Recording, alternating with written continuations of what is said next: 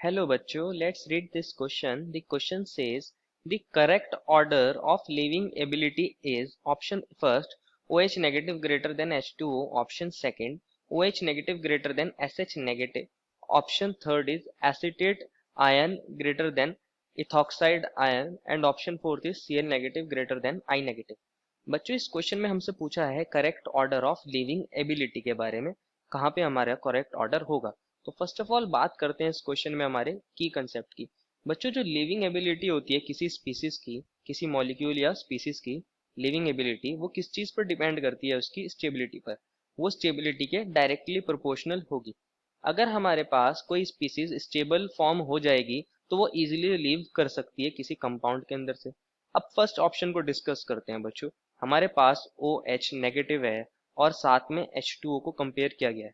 बच्चों जो हमारे पास चार्ज्ड स्पीसीज होती हैं वो लेस स्टेबल होती हैं, और जो हमारे पास चार्ज लेस स्पीसीज होती हैं, अगर आप इसमें H2O को देखोगे तो यहाँ हमारे पास H2O का ऑक्टेट कंप्लीट है और इसके पास चार्ज भी नहीं है।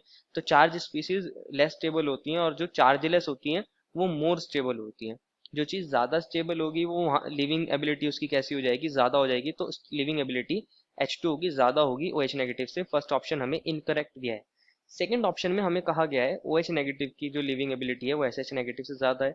तो कंपेयर कर लेते हैं बच्चों। ये हमारे पास OH है और ये हमारे पास SH है। यहाँ पे नेगेटिव चार्ज है और यहाँ पर भी नेगेटिव चार्ज है, दोनों के पास एक जैसे इलेक्ट्रॉन्स हैं। बात करें हम सल्फर की। बच्चों सल्फर का साइज कैसा होता है, बहुत बड़ा होता है एज कम्पेयर टू हाइड्रोजन। ये हमारा सल्फर है और इस पर नेगेटिव चार्ज है। और वहीं मैं बात करूं ऑक्सीजन की, तो ऑक्सीजन का साइज कंपैरेटिवली छोटा होता है क्योंकि ये सेकंड पीरियड से बिलोंग करता है और सल्फर हमारा थर्ड पीरियड से बिलोंग करता है। यहाँ नेगेटिव चार्ज है।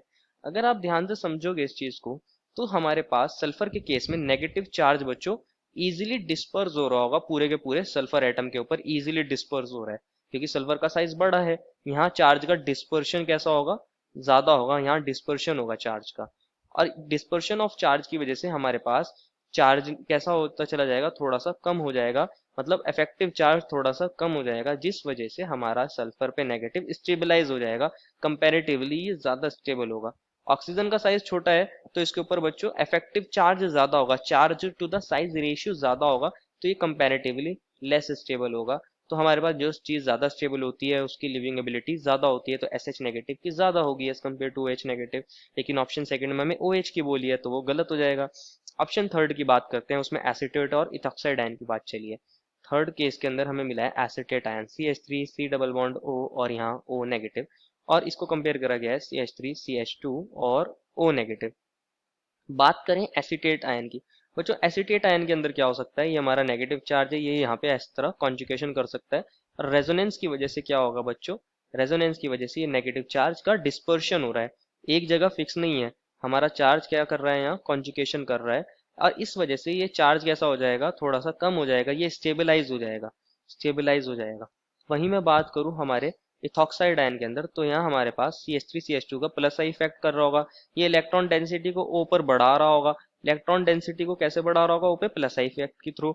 O पर पहले से नेगेटिव चार्ज है, उस पर इलेक्ट्रॉन डेंसिटी और बढ़ा रहे हैं, तो वो कैसा हो जाएगा, लेस स्टेबल फील करेगा। तो हमारे पास एसीटेट आयन की लिविंग एबिलिटी ज्यादा होगी as compare to ethoxide ion, और थर्ड ऑप्शन के अंदर हमें यही दिया है, तो थर्ड ऑप्शन सही है। बात करते हैं हम लास्ट ऑप्शन की, दैट इज Cl नेगेटिव और आई नेगेटिव की। बच्चों हमारा आई नेगेटिव नीचे बिलोंग करता है ग्रुप में और Cl नेगेटिव थर्ड पीरियड में बिलोंग करता है।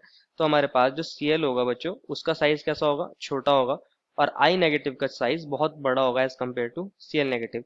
तो जहाँ साइज बड़ा होगा यहाँ चार्ज का डिस्पर्शन ज्यादा होगा, चार्ज का डिस्पर्शन ज्यादा होगा तो ये मोर स्टेबल होगा I negative as compare to Cl negative. तो लिविंग एबिलिटी भी आई नेगेटिव की ज्यादा होगी, और ऑप्शन डी के अंदर हमें, ऑप्शन फोर्थ के अंदर हमें Cl की ज्यादा दी है, तो फोर्थ गलत हो जाएगा। Therefore, the final answer is option number third. I hope you understood it well and best of luck.